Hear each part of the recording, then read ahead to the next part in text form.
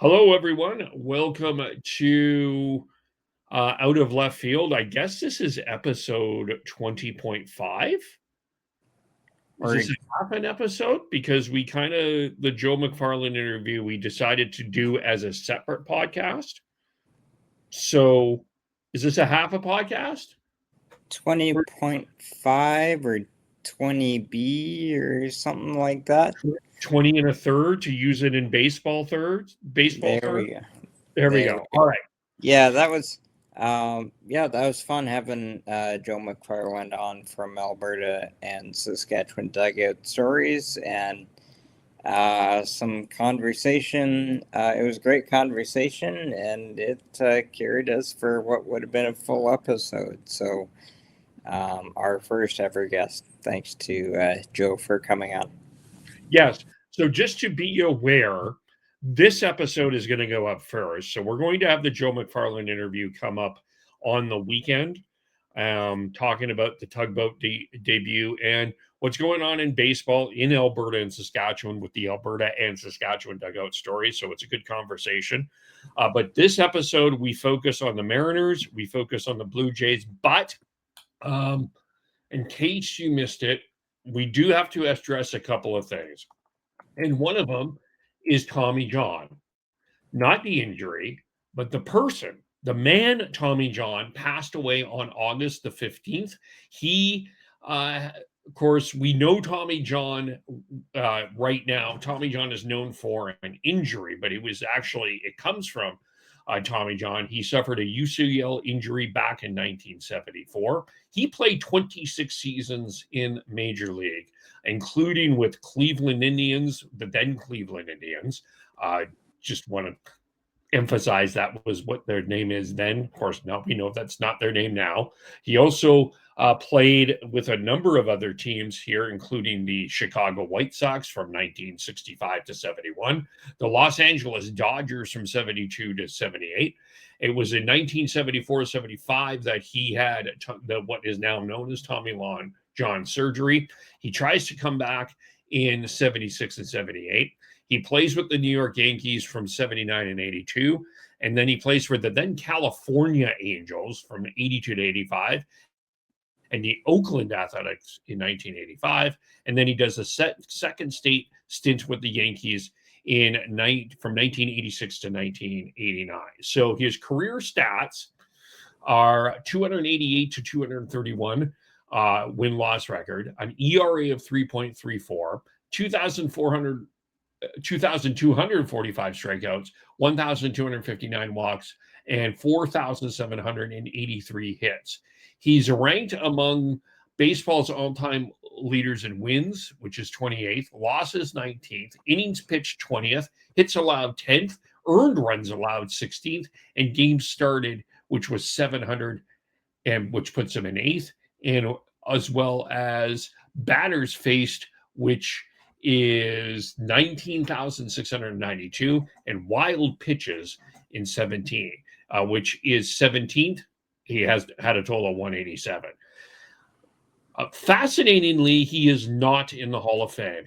Only Roger Clemens has more wins for a player that is not in the Hall of Fame.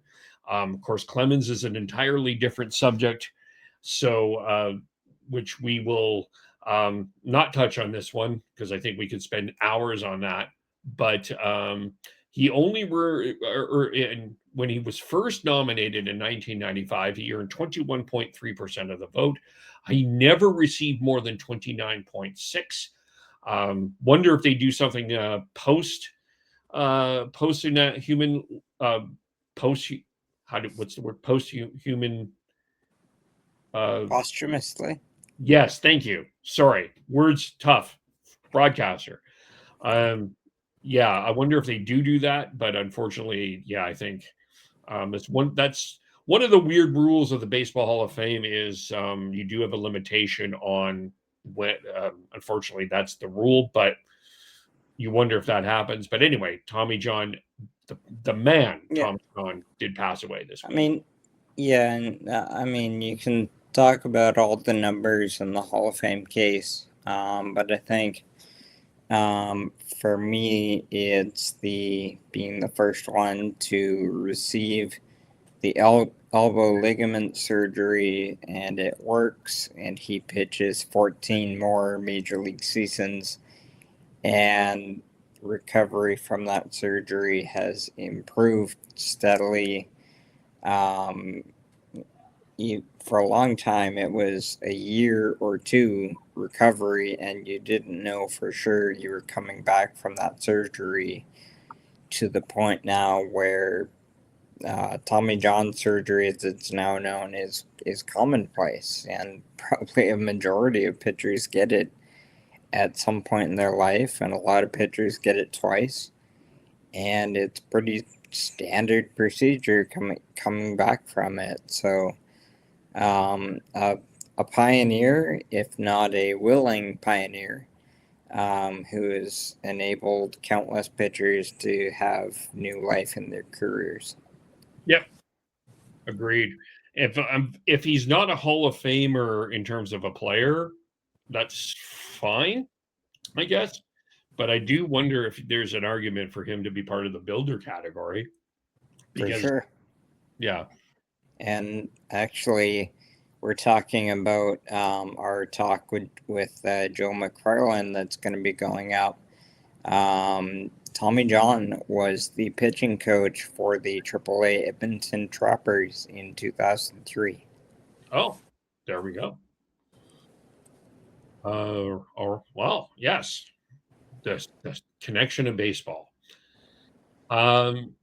Just a quick update as well for Summerland. Most have been able to return home, which is great. Evacuation orders have been lifted, although the Bald Range wildfire does remain active.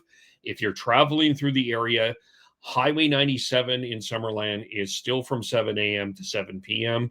as the old traffic cop comes back in. And it is a reduced speed limit, and it is no stopping. So still wildfire, still things are better, but still use caution if you're going through Summerland. But at least it's really good that people are able to return home. It was a terrible situation in Summerland this summer that we've been keeping an eye on and having our thoughts on for sure. So good, not great in Summerland. We're going to start with the Mariners because they made the biggest splash this week when the Green Bay Packers defeated the Seattle Seahawks on Monday, Monday Night Football, 22-0. We'll get to that game specifically in a second, but I think we need to work around it to get to it because while though the 22-0 drubbing is the big story in Seattle, there are some other things that have gone on here. So this was a long road trip, which went to New York for the Yankees, went to Houston for the Astros, and then the Brewers. So this wasn't exactly wasn't exactly a picnic, but they come away 4-5. Before they get into Houston, before they get into Milwaukee, they finally win a series on the road. This is their first road series since May 30th, which is in Houston. So big step, I guess, there. Their road record has been absolutely abysmal, one of the worst in the league. Some controversy left New York and hit Houston. On our last episode, we talked about Colt Emerson was going to be sent down to Tacoma to AAA. He has been struggling. Well, before Colt Emerson was going to go down, he's in the office with Jerry Dipoto, Justin Hollander, Dan Wilson, and he asks, "Can you have somebody look at my wrist again, please?" That gives him a stint on the IL. Jerry Dipoto is quoted as saying, "I wish he did this. He'd let us know sooner." A lot of fans got really upset with Jerry Dipoto and thought they threw Colt Emerson under the bus. Boy, this is a fascinating and just a very interesting thing to unpack. Because I actually would be curious where you're at, Jonathan, but I think both are in the wrong. I think that Colt Emerson is in the wrong. If you have a wrist problem, and you've had this wrist problem since February, March, early in spring training, you signed a contract earlier in the year with this extension. Why did you not let someone know? I think Jerry is not wrong in saying you should have let someone know before.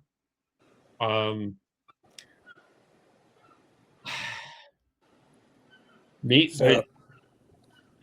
has he Go ahead. been? So he's been playing all season Yep. on a wrist injury that he knew was affecting him, but he never said anything about it. Yep. That's kind of bizarre. Players stay hurt all the time. Like everybody thinks Cal Raleigh is playing with an oblique injury. Everybody thinks that. So I guess from Colt's side, well, how am I any different? If Cal can do it, I can do it.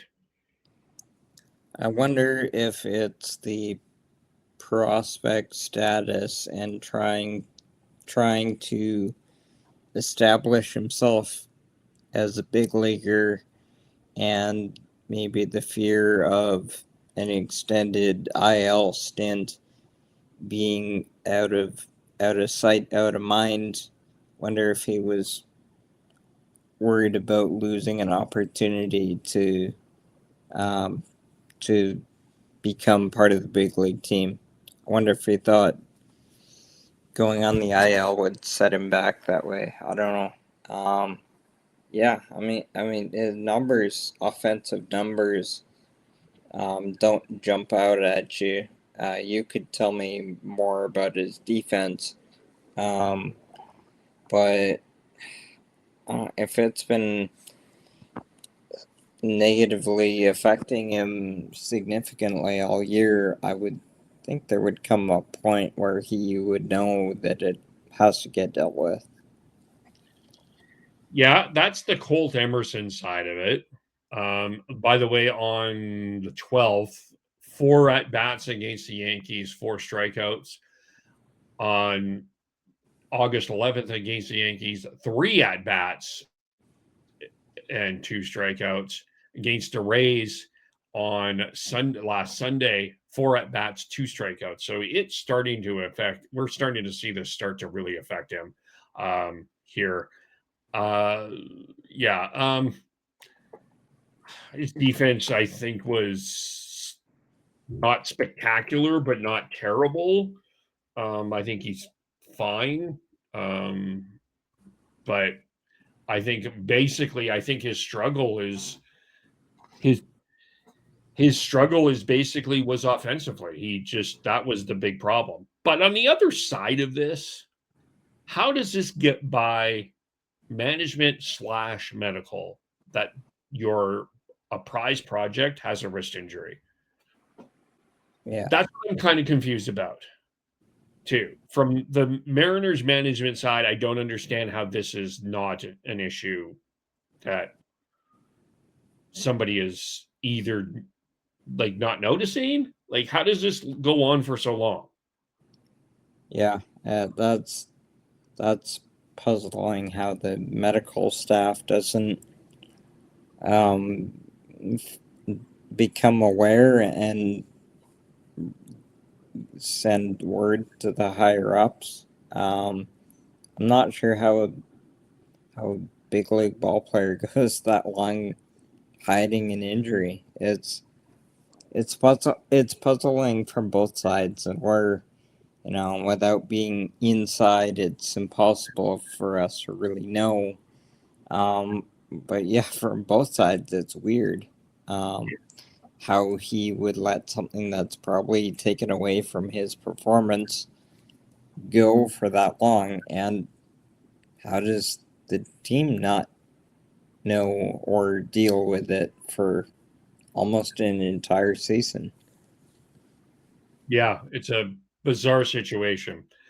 The good that comes out of this is Brock Rodden makes his debut in Houston, and he is started on a 6-game hitting streak, and uh, especially in the 2 wins in Houston. Of course, there was a really tough loss in Houston as well, but they win the series.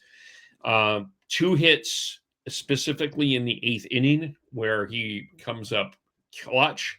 So I think that's a great situation there. So that's good. That's been a positive. The other thing that came that positive out of Houston was Cal Raleigh hit a home run. Now, we've talked about home field advantages and the fascination of them a number of times on this podcast. This home run that Cal Raleigh hit would have only been a home run in Houston, nowhere else. It hit the Crawford boxes. That was it. That's all it needed to do. They don't ask how, they ask how many. So it looks like a majestic bomb in the stats, but it only would have been a home run in Houston. But they come away with the series win. They're feeling really good going into Milwaukee on Tuesday. And this is, well, it collapses in the 5th inning. Bryce Miller gets absolutely hit around, and it gets to the point that a lot of people are wondering why Dan Wilson doesn't take Bryce Miller out. Wilson admits that he had Bryce Miller in too long, and he brings it, but he takes him out, and Josh Simpson comes in, and he serves up to the lowest hitting home run team in Major League Baseball. 3 home runs. And then as we continue on, of course, the famous viral clip was Julio Rodriguez making the catch for the 2nd out. He thought it was the 3rd out. He throws the ball into the stands a la Julio style. 2 more runs come in. Leo Rivas allows 9 runs in the 8th inning in a game that was just already out of reach. It ends up being 22-0. Now, there's a lot to unpack specifically here. And I saw a lot of people talk. I mean, Jonathan was trying to chide with some messages to me, but I was recording another podcast. And then we'll have to get to Jesus Sanchez, who made a meme of him. I just wanted to, throw a couple digs at you, and then comes right back in my face the next day. Yes, like ice cream, or wind in Saskatchewan. Never mind. Anyway, Dan Wilson took a lot of criticism for this game, and he took and he should, no question, I think. But there's a few things that nobody talked about that I posted on Twitter/threads. But the big one is that there were 4 errors in this game.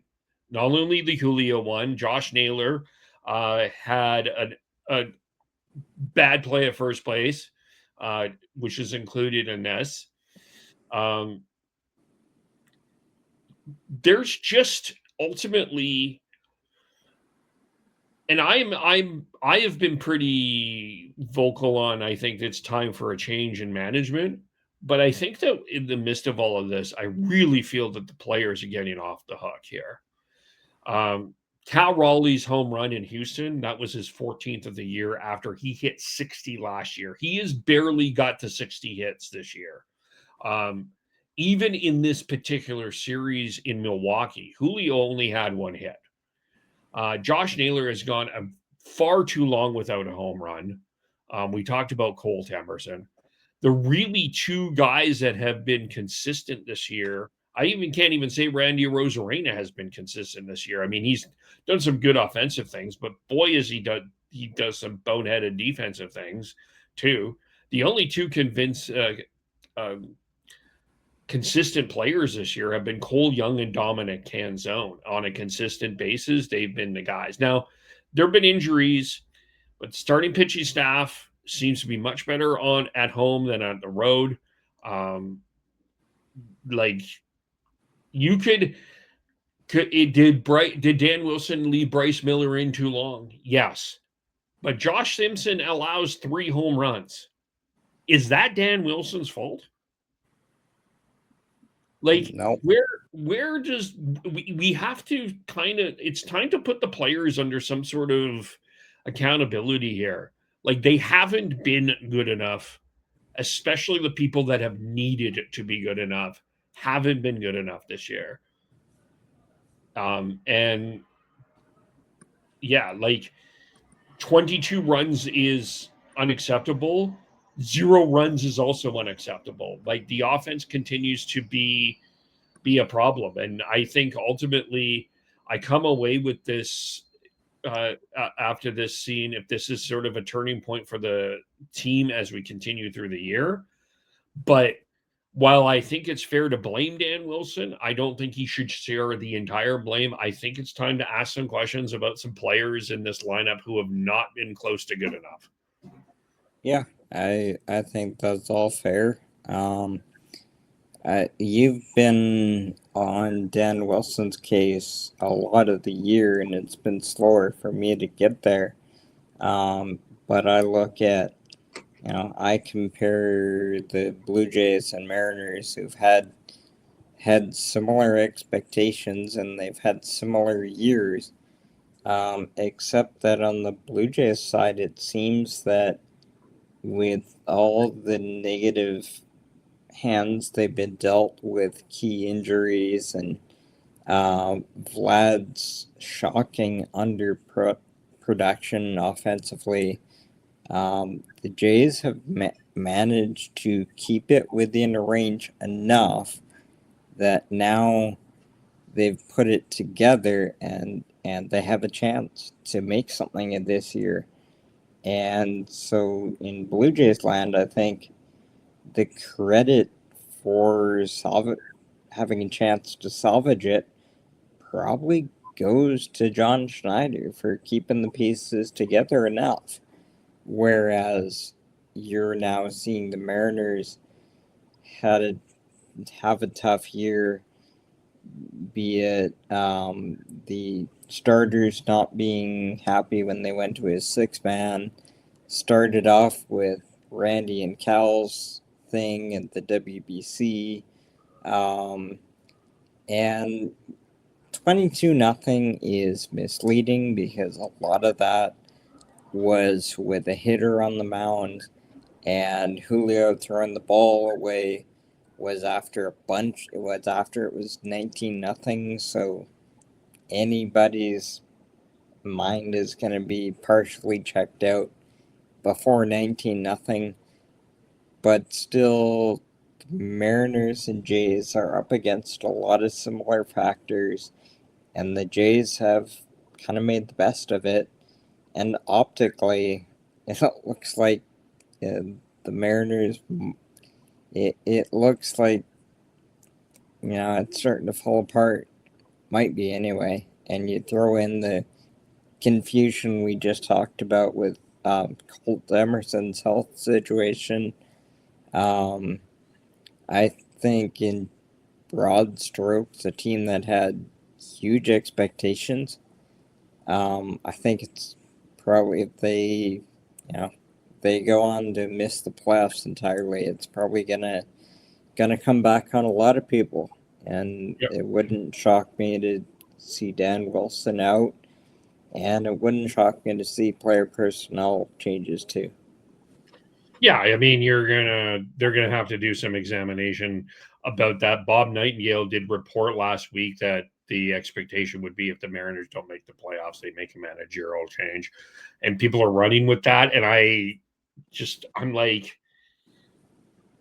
that's just over speculation. And there's still 6 weeks left in the year. I don't know why we need to have this conversation at the end of the year. Like, kind of feel bad for Dan in some ways. I think yeah, it's not an easy situation. But let's look at what happened the rest of this series here. because they do come out in on Wednesday and they get 7 runs in the first 2 innings. To be fair, they have to hang on for dear life on a 7-6 win, but they get a win after that. And then on Thursday, George Kirby allows 6 runs in the first inning. He hangs in there for 2 1/3 more. He ends up pitching, I think he's close to 90 pitches in this game after 4 innings. But he grinded it out. It wasn't spectacular, but he doesn't allow another run for the rest of the way that he's in there. And they only allow the bullpen turned it around. Ferrer was really good. Rucker gave 2 1/3. Diaz allows the home run late in the bottom of the 8th to Garrett Mitchell. They clawed their way back to 6-4. They had opportunities to tie it. They end up losing 7-4.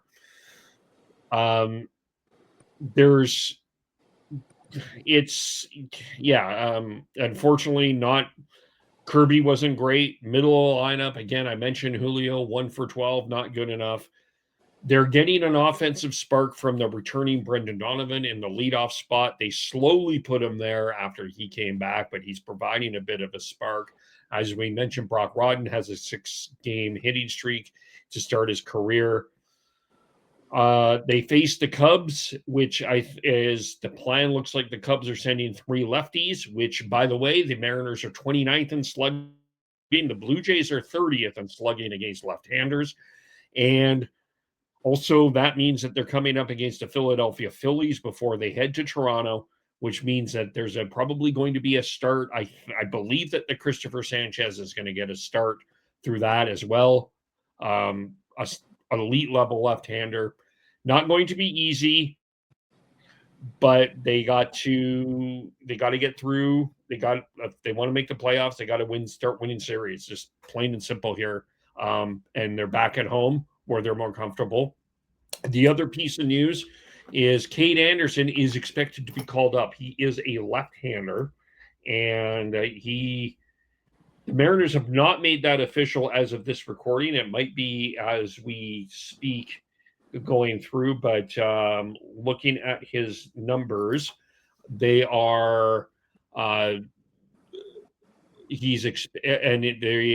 Jeff Passan is reporting that he's expected to start Saturday. 106 ERA over 93.1 innings with 135 strikeouts, 13 walks, and 47 hits allowed. He's probably ready for a primetime opportunity. So we'll see what happens. So we might see Cade Anderson make his debut against the Cubs on Saturday. So that's where we're at with the Mariners. It is, it's kind of a tough, embarrassing pill to swallow when you lose 22-0. But your offense is getting a little better. You are 60-68. You're still 4 out of behind Houston, who lost a series to the Los Angeles Angels of Anaheim. The Houston Astros did. So, and in terms of the wild card, they got a mountain to climb because they're 3 out, and there are 1, 2, 3, 4, 5. Wait, 1, 2, 3, 4, 5 teams ahead of them at this point. So, but the Orioles are sliding. The Tigers are interesting. We'll get to the Blue Jays, and then there's the Guardians. So that's the story of the Mariners. Not a great week, but the the Mariners are in pretty much the same situation that the Jays were in about 2-3 weeks ago. 8 games under 500 with 5 or 6 teams to pass to get into that third wild card. When the Jays were there a couple of weeks ago, I don't think many people saw the optimism that they had what it took to climb that mountain. So being 3 games out is deceiving because I think they have to pass 6 teams if I counted that correctly. And that's really hard to do in about 6 weeks. And we kind of talked about a bunch of. To be fair, this is not exactly if we're to looking at the tortoise and the hare, this isn't the hare that we're dealing with. This is tortoise. There's tortoises in this American League wildcard race. True, but there's also teams that were sellers at the deadline that have been playing better since. But to pass 6 teams, you need a lot of teams all losing while you're winning. But is there, to get where I was going, is there any sense for optimism that the Mariners could still have what it takes to do it? Are they capable of a Jays type run? That once they get through this part of the schedule, they've got September is Athletics, Angels, and Rockies.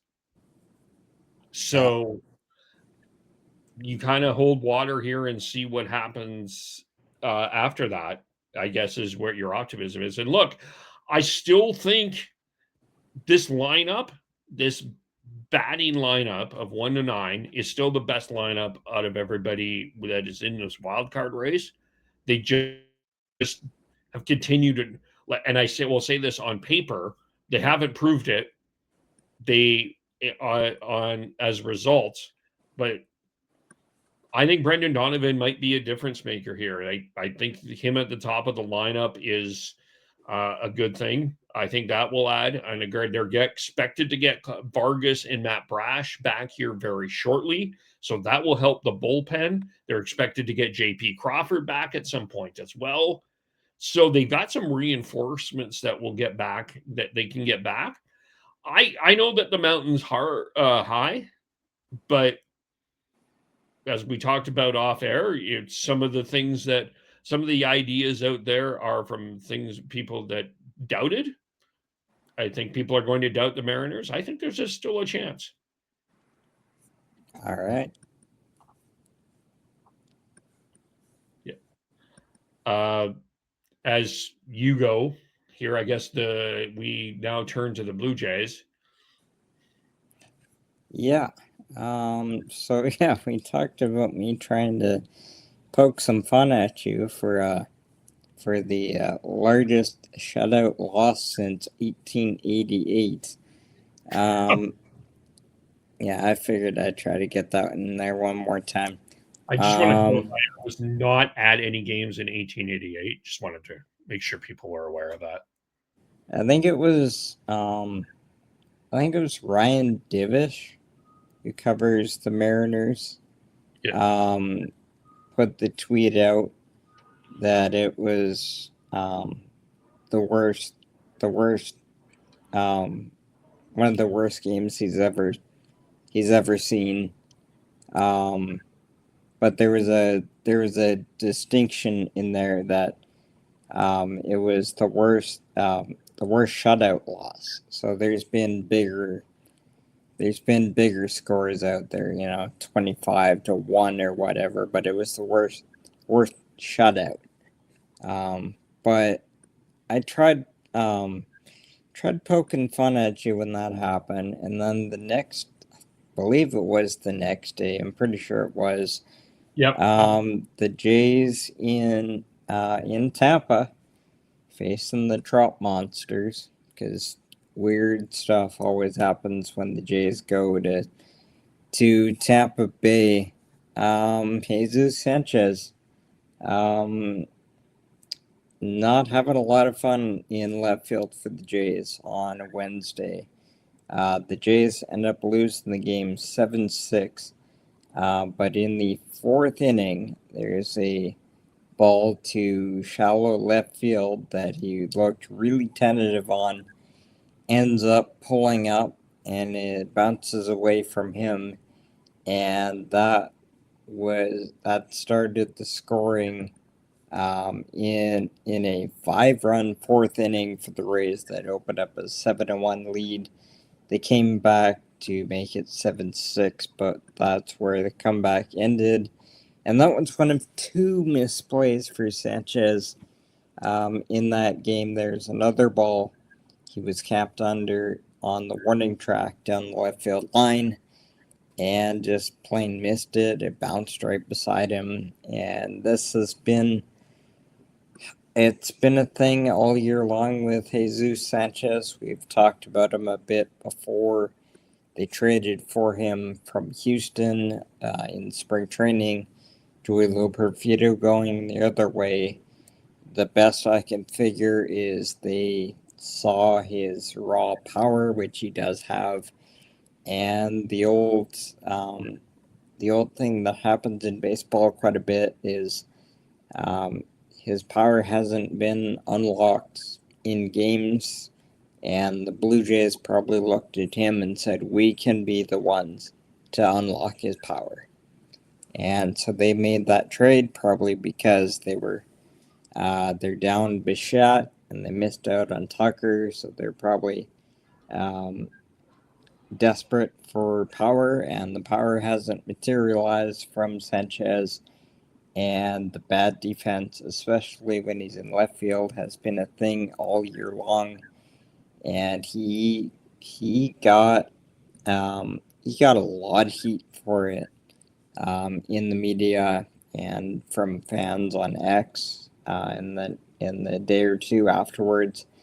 And yeah, that's just not with the Blue Jays are playing great. They're 15-8 since July 26th, I think the date is, and they're on the cusp of that third wildcard spot, and you just can't have that if they're going to complete this comeback for a wildcard spot. So the debate becomes, what do you do with Jesus Sanchez? Because you cannot trust him in the outfield, but he's still on your roster. So what do you do with him? And I was because I haven't heard from him in a while. I thought he DFA'd him and I missed it. He had been injured for about a month, and so he was out of sight, out of mind for a while. But if they still want to, try to tap into some of that power, it's not like it's easy to pinch hit him. Because if you pinch hit him, then he's probably got to go play the outfield in the next half inning, and they probably don't want him doing that. So if you pinch hit him, you're probably going to end up burning two players, because then you're going to put in his defensive sub the next half inning. And so it'll be interesting to see what they do going forward, but I wonder if his at-bats are cut back simply because he might become a DH, and that's what's already occupied with Jordan Springer. So yeah, that was. I mean, people have been putting up with it, but now that the Jays are realistic playoff threats, people were not happy with that. Speaking of lack of power, Vlad Guerrero Jr. On a base running Before you play. go there, I just had this yeah. quick thought. I have a quick thought. Yeah. The rosters expand in September. Is there a way you could use Sanchez as a DH pitch hitter probably more often there during Possibly, September? Yeah, I'm wondering if that's probably something that helps that situation out. Anyway, go ahead. Yeah. Yeah, and Vlad Guerrero was put on the 7-day concussion IL on Saturday, a base running play at third base last Friday. Banged his head into the third baseman's leg. So it sounds like he's tracking to be back this Saturday. It's interesting because he plays every day, to his credit, and there's been lots said about how hard he's working with his 200 swings before a game and 100 swings after a game to try to fix whatever is going on with his bat, and it hasn't worked. and it's led to wear and tear injuries because he's overworking himself. I wonder, and this is just, just fantasy land type stuff probably, but this 7-day break on the concussion IL, he played a rehab game on Thursday, but a few days off from playing. If he, priority number one is he comes back all good from the concussion. But I wonder if a few days off helps him hit the reset button. Because last regular season wasn't very good for him either. Ends up with 23 home runs last regular season, but his stretch drive in September was monstrous. So with the Jays winning 7 straight series going into this weekend and half a game out of the third wild card as of Thursday night, a refreshed Vlad that can put on a big month like he did last fall. That's really all the Jays would need to push this thing into the third wild card. They're pitching really well. They've allowed four runs or less in 14 of their last 21 games. Some of their key bats have woken up. Their other key bats, Alejandro Kirk, 19 hits in his last 12 games with 3 home runs and 12 RBIs. Jordan Springer has 16 hits in his last 12 games. Brett Bateman came over from the Cubs, hitting .271 since he came over. Charles McAdoo, 11 for his last 28 with a big home run in Tampa. There is a lot of progress in this lineup, and there's a lot of hope in the pitching on the pitching side as well. Dylan Cease having a Cy Young contender year. Rafael Soriano, since coming over from the Angels, has Jose a Soriano? Yeah, Jose, sorry about that. Jose Soriano, 2.76 ERA in 3 starts. Not the overwhelming stuff that we thought we would see. 9 strikeouts in 16 and a third, but I think they're probably on the ground floor of what Jose Soriano can do. Trey Savage is possible to come back. Shane Bieber looked great on Thursday. There's a lot of potential with this team.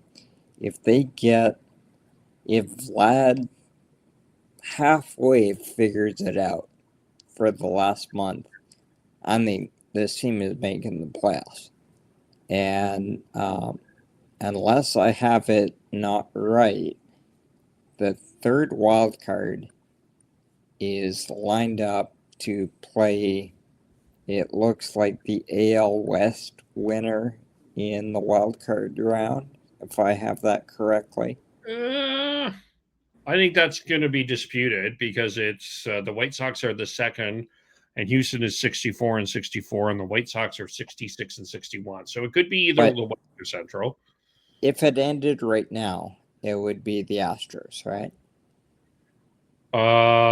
Yeah. So it's Boston. Yeah, the playoffs started today. Boston and New York would be the 2 wild card, the 1-2 wild card, and Minnesota would be playing Houston. Yes.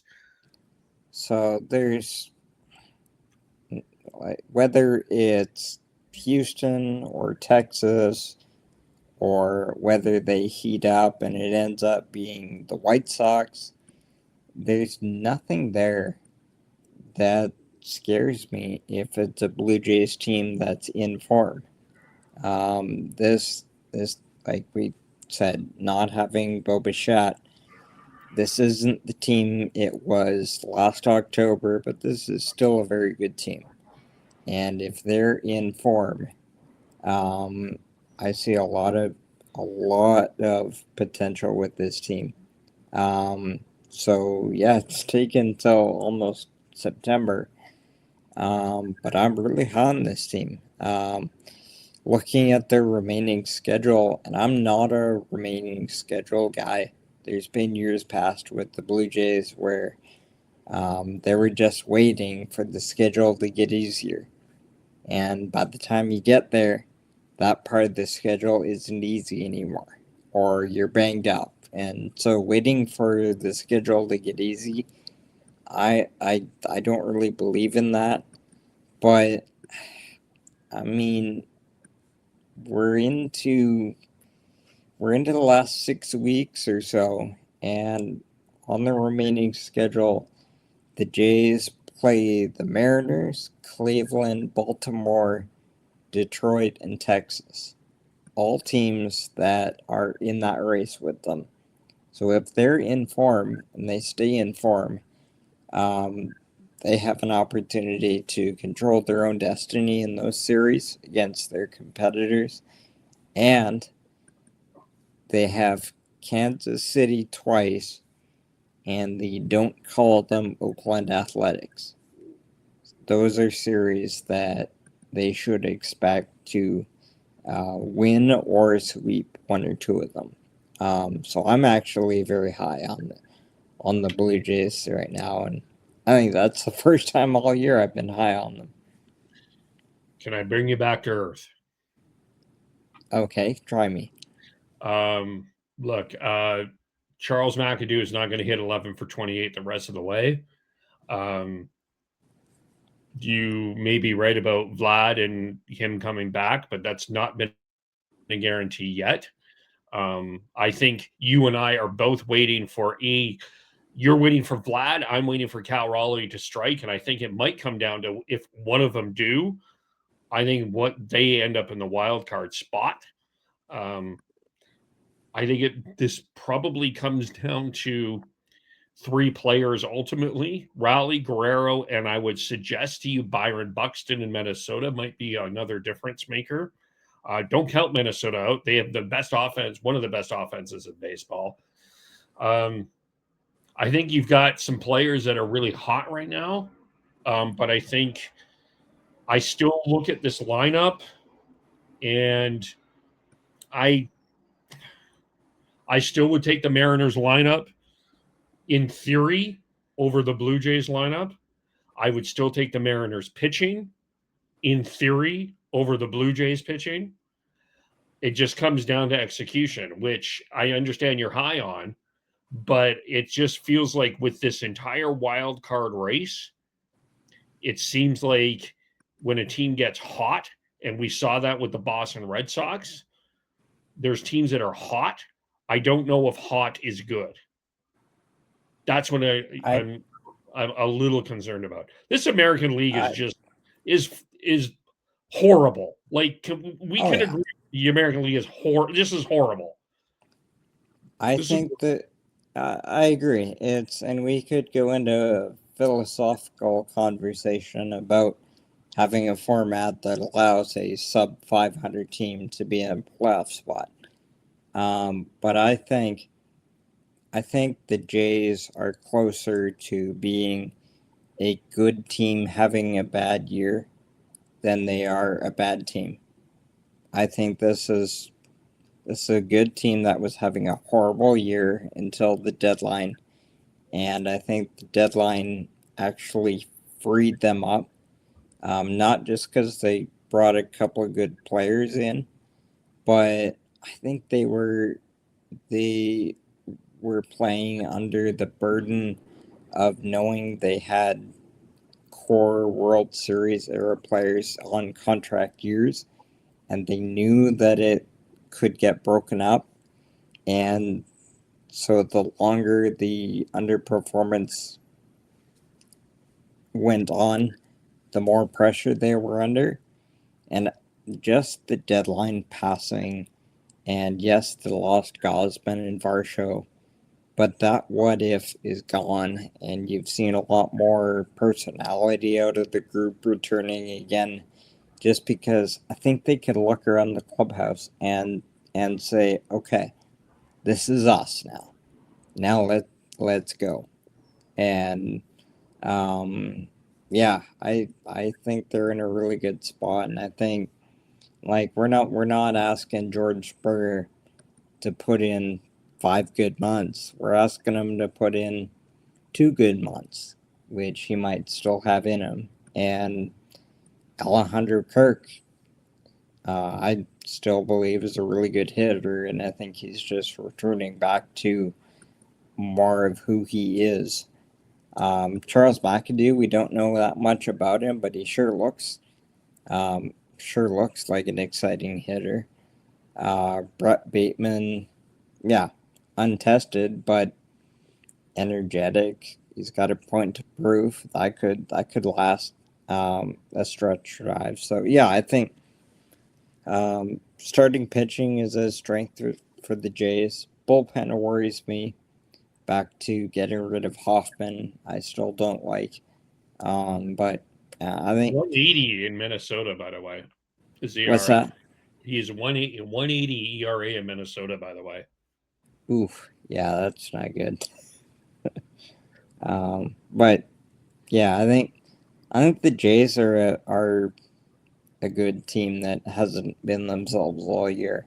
So I'm not saying Vlad is going to be that guy.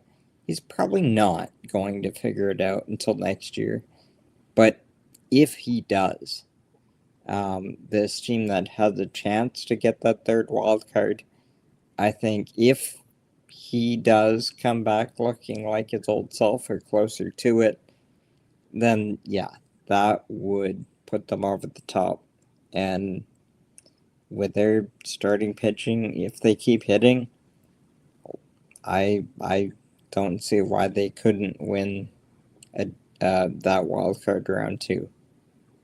Oh, I like look, yeah, Houston's. I don't think Houston is a good team.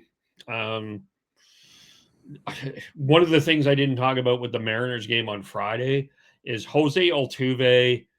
I should have saw a screenshot of this, but he gets a hit on a ball that is so far outside of the plate. I think it went to Dallas. I don't know how he got it. And even Dalton Varsho gets a hit, and it was so far outside of the plate. It was just absolutely ridiculous that he found a way to get a hit out of it. Even on it was Saturday.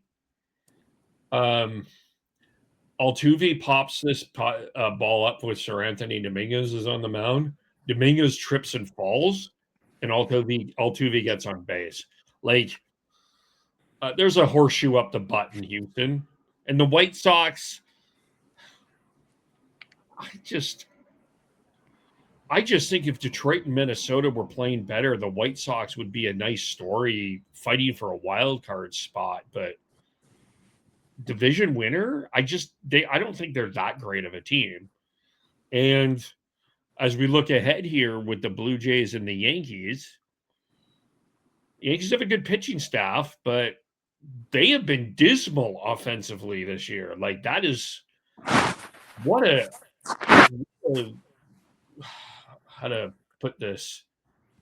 What an understated storyline of how dismal. And yes, the Aaron Judge is out, Cody Bellinger is out, Giancarlo Stanton's out. Yes, they're coming back. Yankee fans keep wanting to remind us they're coming back. They just don't do the fundamental baseball things very well. Like every time I watch the Yankees, I'm amazed at how poor defensively they are. Yeah, and we've seen that from them for the last 2 years, and not much has changed. So I don't. Yeah, I'm kind of with you. I don't see the Yankees being a World Series threat, but the Aaron Judge thing is real. For sure, I yes. I saw. All right, I heard today that they've scored the second fewest runs in baseball since Aaron Judge has been out. So that's been a massive thing for them. So if he comes back and Bellinger comes back, they're gonna get their offense is gonna get better and they're gonna pitch like they're a good team. I think we're both on a similar wavelength though that when it comes to a playoff series, Their fundamentals are probably gonna. Their fundamentals are high risk to let them down. Yeah. And I don't know about Boston. I don't know. They got on that hot roll, but they also blew a big lead against Arizona this week. Um, I just don't know about them either. The only team I'm really convinced that is a legitimate World Series contender is the Tampa Bay Rays in Yep. the American League. That's the only one I feel absolutely confident about. But Yeah. yeah. Yeah, fascinating. It's interesting. Um, so yeah, the Blue Jays before they hit the Mariners, they will have the Yankees this weekend, and then they play Kansas City. The Mariners will have 2 homestands, the two home series, the Cubs and the Philadelphia Phillies. Anything else on the Mariners and the Blue Jays we need to discuss? I think I'm good. I'm just kind of doing a Oh, look ahead right now for the Jays. They have a weekend in the Bronx against the Yankees. They played a weekend series against the Yankees last weekend as well and won 2 out of 3. Great pitching in that entire series.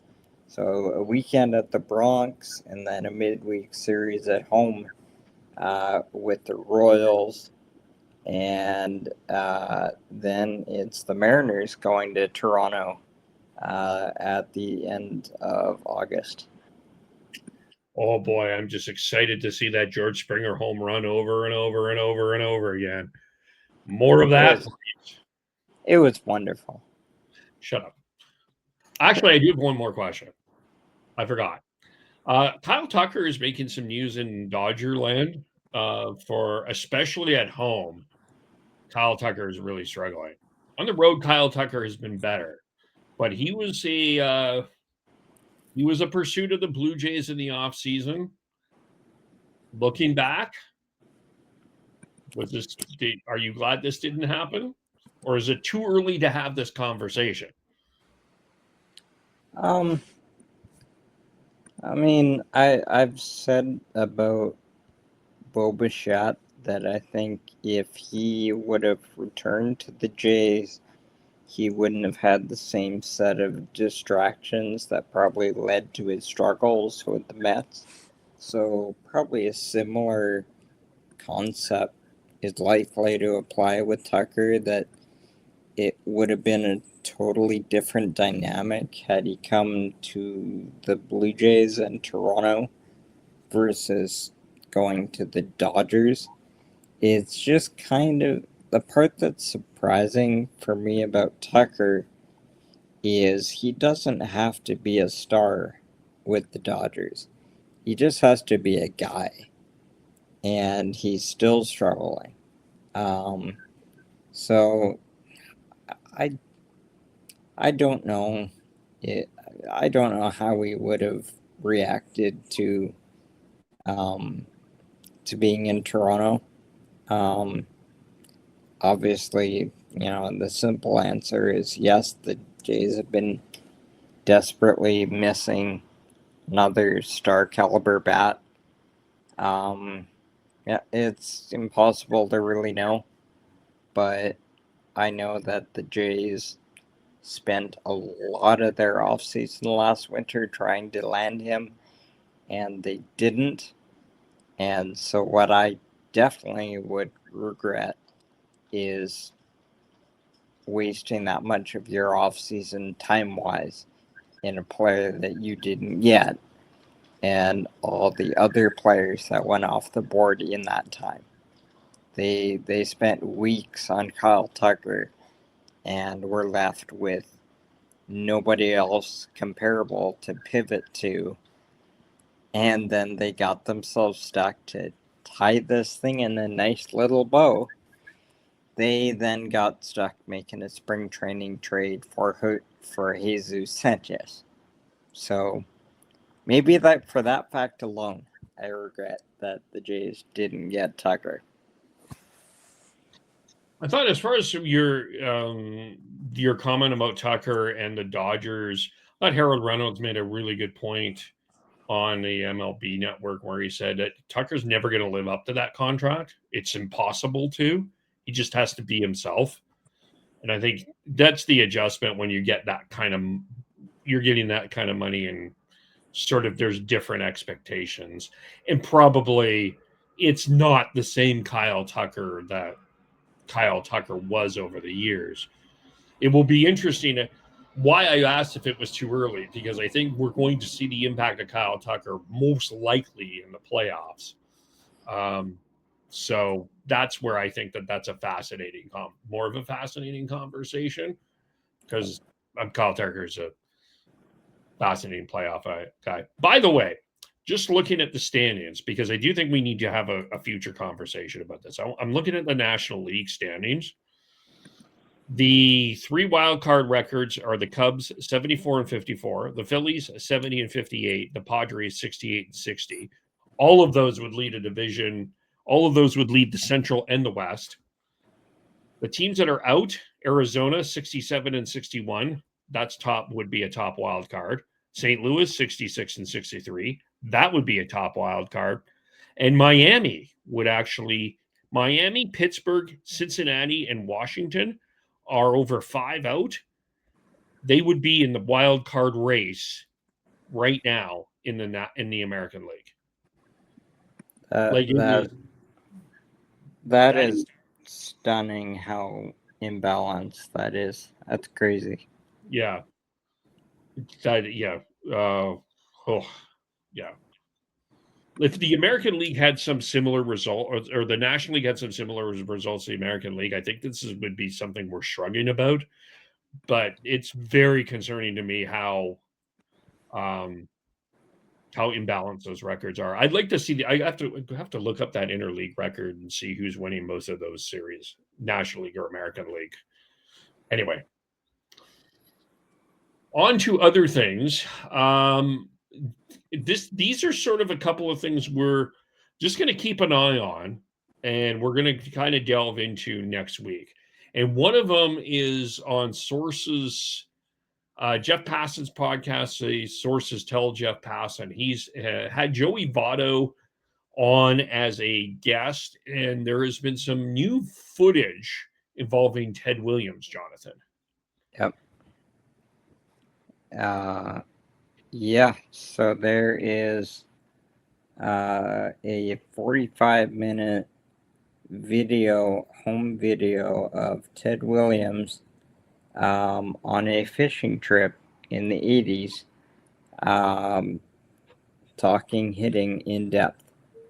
And so the podcast, Jeff Passan's podcast, is him with Joey Votto, and a former co-worker of Ted Williams, showing segments of that 45-minute video and then talking about it. And I've seen the podcast, and there's a lot to talk about from the podcast itself, but I haven't yet seen the 45-minute video itself. But that, having in 2026, having brand new candid video of Ted Williams talking hitting is incredible. So I think once you and I have had a chance to fully dive into that for ourselves, then we'll definitely be bringing our reviews and takeaways on here. For sure. A number of years ago, ESPN Sunday Night Baseball did a interview with Adam Wainwright as he was warming up. Yep. It was just really fascinating. If it's on YouTube, find it. He just basically went through the whole fundamentals of doing your pitching warm up, and it was just really good. That was really good baseball. Yep. And that's one thing. I think Go I ahead. Sorry. remember watching that. I watched that live. That was awesome. I loved it. Yeah. And baseball does a really good job of kind of teaching those fundamentals.